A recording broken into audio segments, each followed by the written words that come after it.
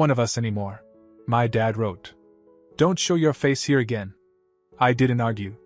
I just closed my end of the escrow, notified the trust officer of my withdrawal, and filed the legal separation from our shared assets. By sunrise, my sister texted, "What did you do?" I just laughed. Then my mom's attorney sent, "We need to talk today."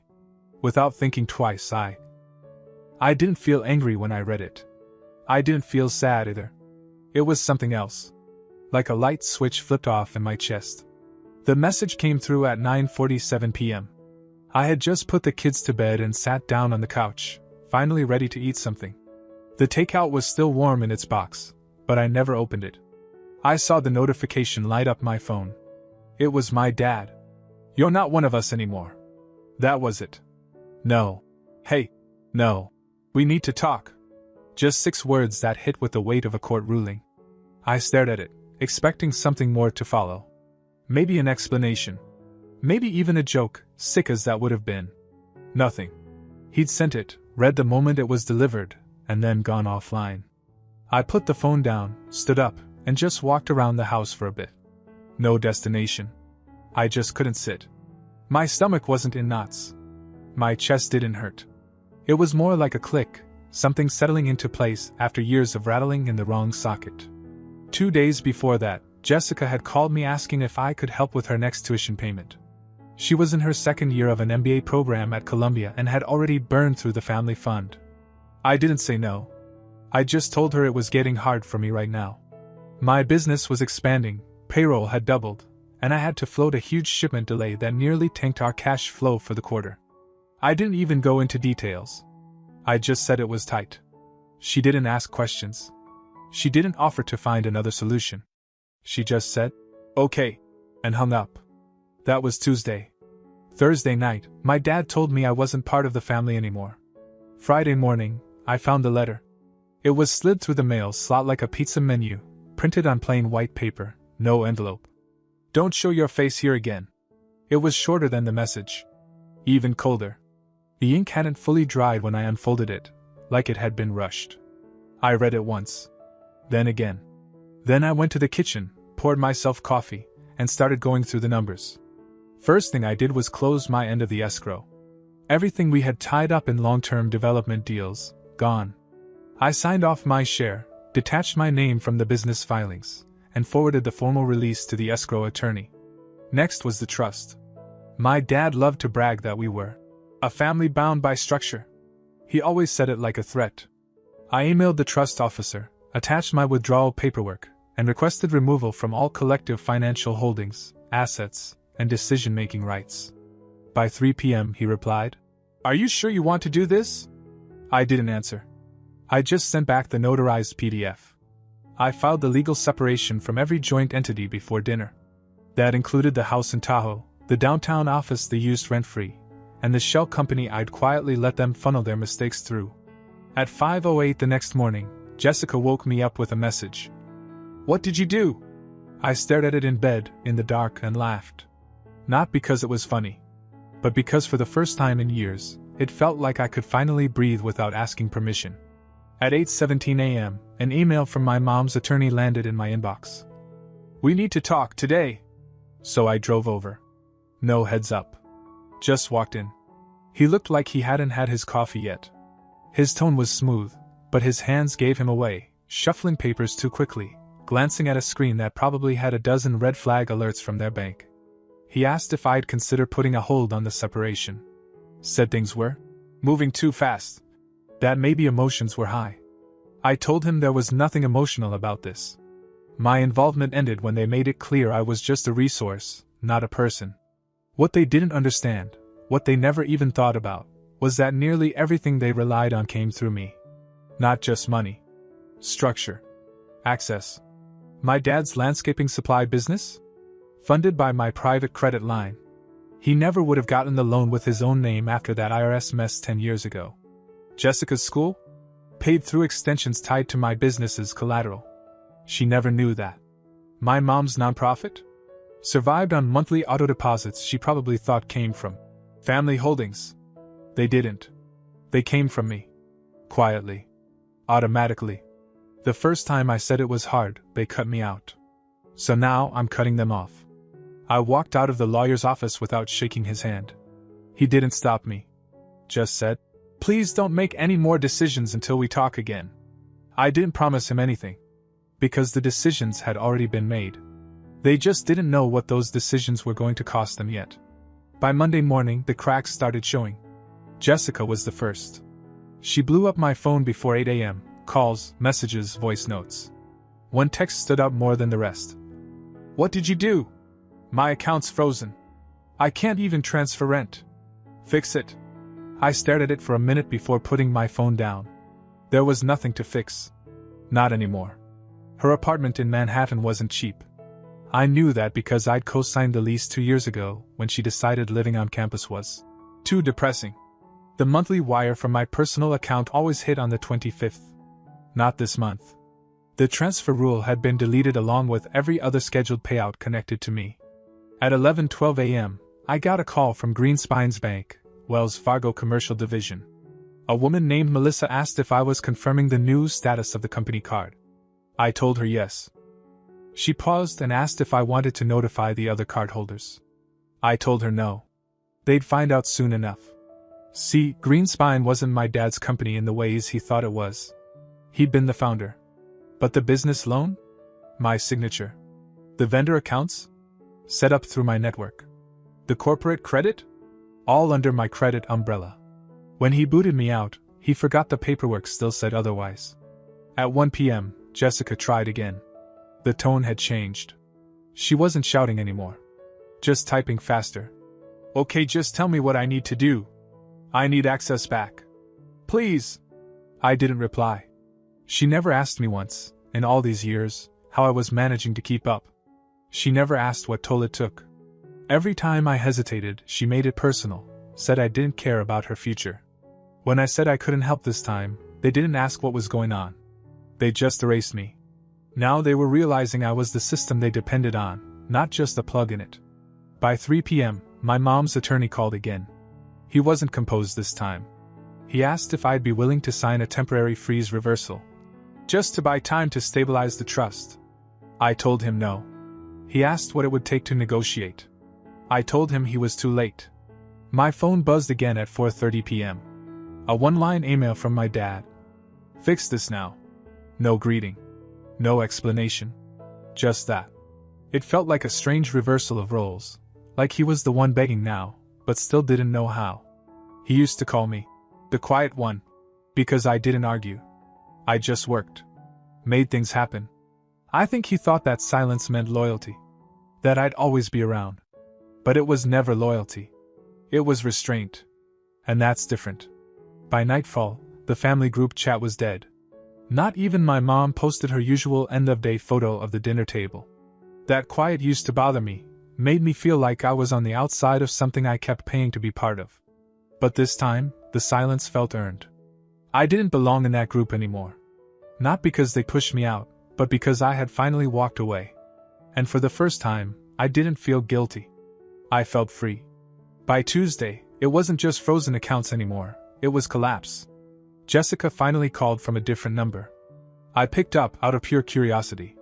She didn't even say hello. "You froze Mom's charity account," she said. "They called her in the middle of a board meeting. She didn't even know it was under your name." I didn't answer. She kept talking. Said I was being cruel. Said I was punishing people who loved me. I waited for her to say one honest thing. Just one. But it never came. The only reason my mom's nonprofit ever passed compliance was because I gave them my firm's auditing team for free. The reason they had a functioning website, donor pipeline, even electricity, me. Monthly funding disguised as family support. They thought the money came from a joint trust. It didn't. It came from my business account, every first Monday of the month. That stopped too. By noon, my mom finally called. Not to ask if I was okay. Not to talk about what happened. Just to say, "I know you're upset, but you're destroying everything we've built." That word, "we," hit different. She meant what I built. And I think somewhere in the back of her mind she knew that. She just couldn't say it out loud. An hour later, her attorney emailed again. Subject line: "Urgent, Request to cease all action. He asked if I'd consider a temporary pause on any further changes. Said things were spiraling and they needed time to respond. I didn't reply. Because there was no pause when they told me I didn't belong. There was no hesitation when they sent that message. No warning when they wrote that letter. They cut me off without asking a single question. So now I was doing the same, with precision. That afternoon, I contacted the accountant. Told him to finalize the reallocation of shared properties. Everything under the family holding company was split, and my share was cashed out. They'd keep the Tahoe house, but lose the Denver flat. They'd keep the warehouse, but not the leasing rights. My dad wouldn't know what hit him until his delivery routes started getting turned away for non-payment. At 6 p.m., I got a call from my old friend Marcus, who does contract fulfillment. He said my dad had just called, confused and frantic, because his vendors were refusing new orders. Did something happen? Marcus asked. He said the payment channels were down. I told him they weren't down. They were gone. By that night, it was quiet again. Except this time, I knew exactly what they were doing, sitting in their separate houses, on their separate phones, calling lawyers, accountants, board members, trying to figure out how this happened so fast. And the answer was simple. It didn't happen fast. It happened the second they told me I wasn't one of them. Wednesday morning started strange. I woke up to silence. No new emails from my mom's attorney, no text from Jessica, nothing from my dad. For a second, I thought maybe they'd finally given up. Maybe the chaos had pushed them into some kind of stunned retreat. Then my assistant forwarded me a flag notification from our old shared cloud storage account. An attempt had been made at 3:19 a.m. to reset the admin password using one of my old backup emails. An email only 3 people ever had access to: me, my dad, and the trust officer. I checked the IP log. It was Jessica's address. So now they were trying to dig their way back in. The thing was, I'd already migrated everything to new infrastructure. Cleaned servers. Segmented permissions. But I hadn't deleted the old system yet, because there was one thing left in there, a folder I'd labeled Frostline. It was a quiet insurance policy.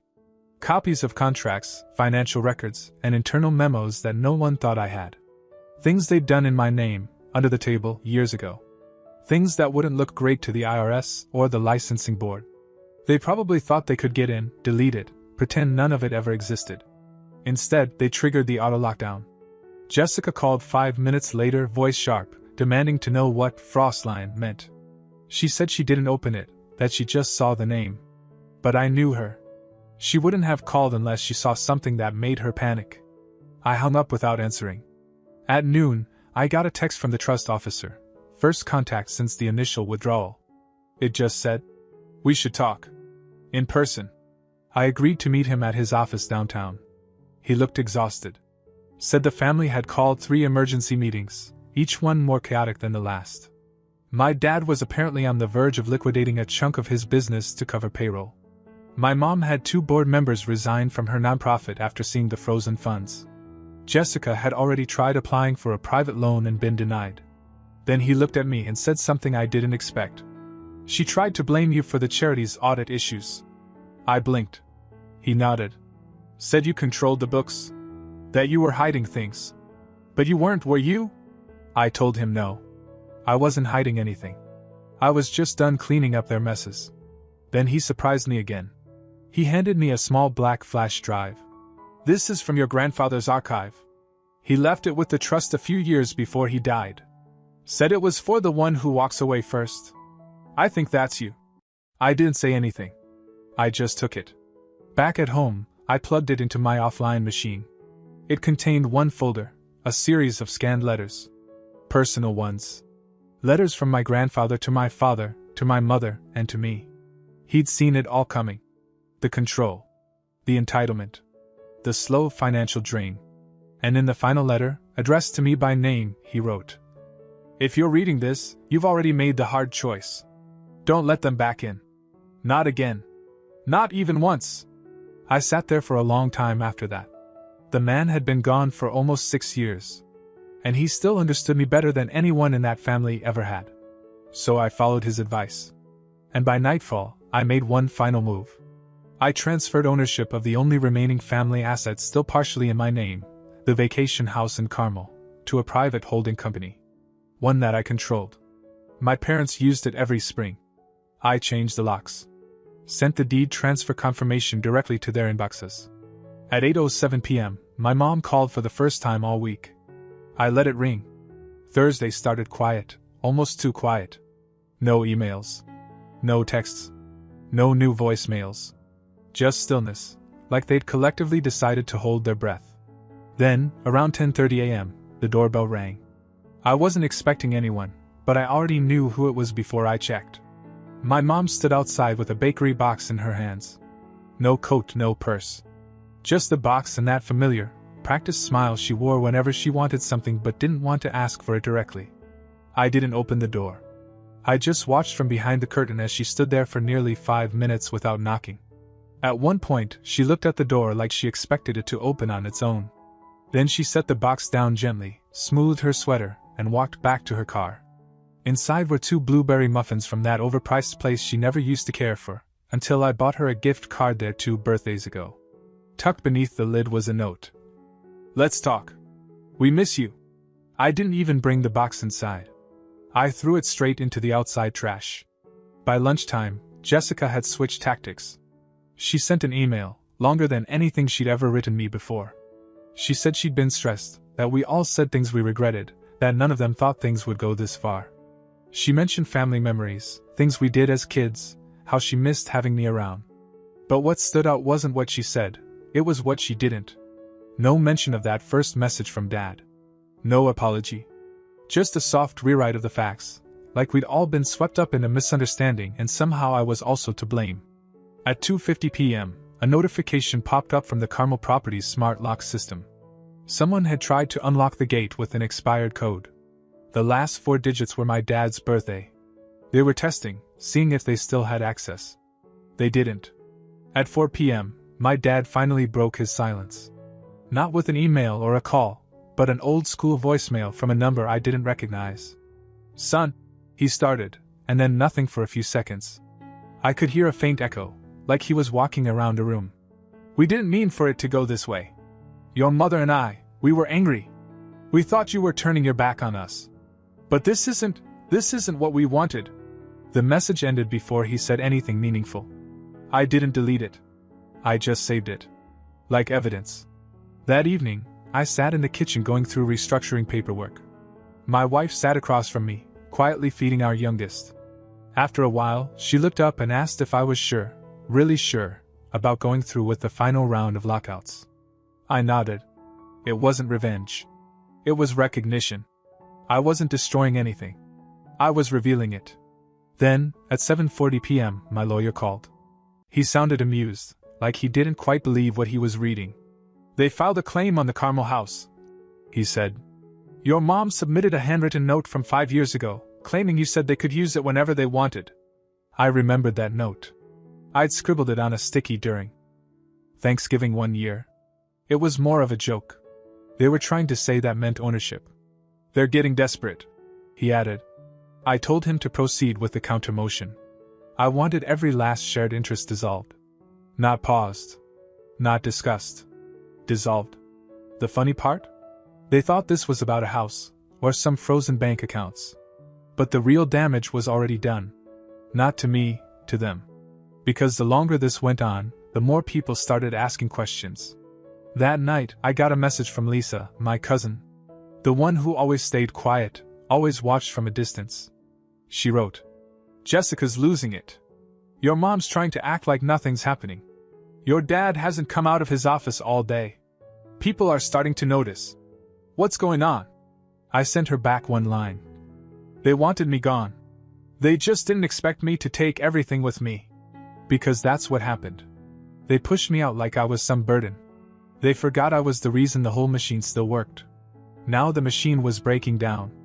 And they were starting to realize there was no getting it back. It ended the way these things always do, too late, too quiet." The doorbell rang at 6:34 p.m. on a Sunday. I opened it without checking the camera because I already knew. My dad stood there, holding a large plastic tub full of old photo albums. He looked different. Not older, not frail, just unfamiliar. Like someone who'd been demoted in his own story and hadn't figured out how to rewrite it yet. He didn't say my name. He just nodded toward the tub. Your mother wanted you to have these. I didn't say anything. He waited. The air between us felt strange. Tense, but not in a dangerous way. Like he was standing in the wrong line and knew it, but didn't want to move. I stepped back and let him place the tub down. I didn't invite him in. He didn't ask. Before he turned to leave, he said one more thing. We don't expect anything. Just thought maybe you'd want to see them again. Then he left. Inside the tub were thick albums, peeling pages sticky with time. Childhood trips to Yellowstone. Me holding Jessica in a pool when she was 3. My mom in oversized sunglasses, laughing in the sun. All of it felt like a museum now. Pictures of people who had once played the roles well, but had long since stopped believing in them. Over the next few days, the calls slowed. The emails softened. Even Jessica's tone changed. She sent a carefully worded message saying she understood I needed space and that things got out of hand. She didn't apologize, exactly. Just hinted at regret like it was a coupon she wasn't sure she wanted to use. But I didn't write back. I was done meeting people halfway when they were the ones who burned the bridge. My mom started sending gifts for the kids, books, puzzles, small notes tucked inside with phrases like, "Thinking of you all," and "Miss my grandbabies." She never used their names. She never asked to see them. It was like she was trying to build something, but didn't know how to start without a blueprint. My cousin Lisa visited one afternoon.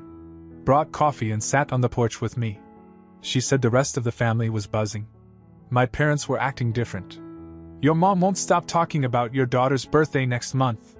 She's planning like she's still invited. She wasn't. I told Lisa the truth. That I didn't care if they changed. I didn't care if they sent gifts or played nice or pretended to understand.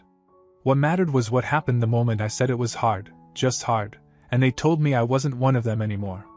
You don't come back from that. Not really. The court finalized everything that week. The trust dissolution. Property separation. The final clean cuts through the mess we used to call shared ownership. Their attorney didn't fight it anymore. He just signed off and moved on.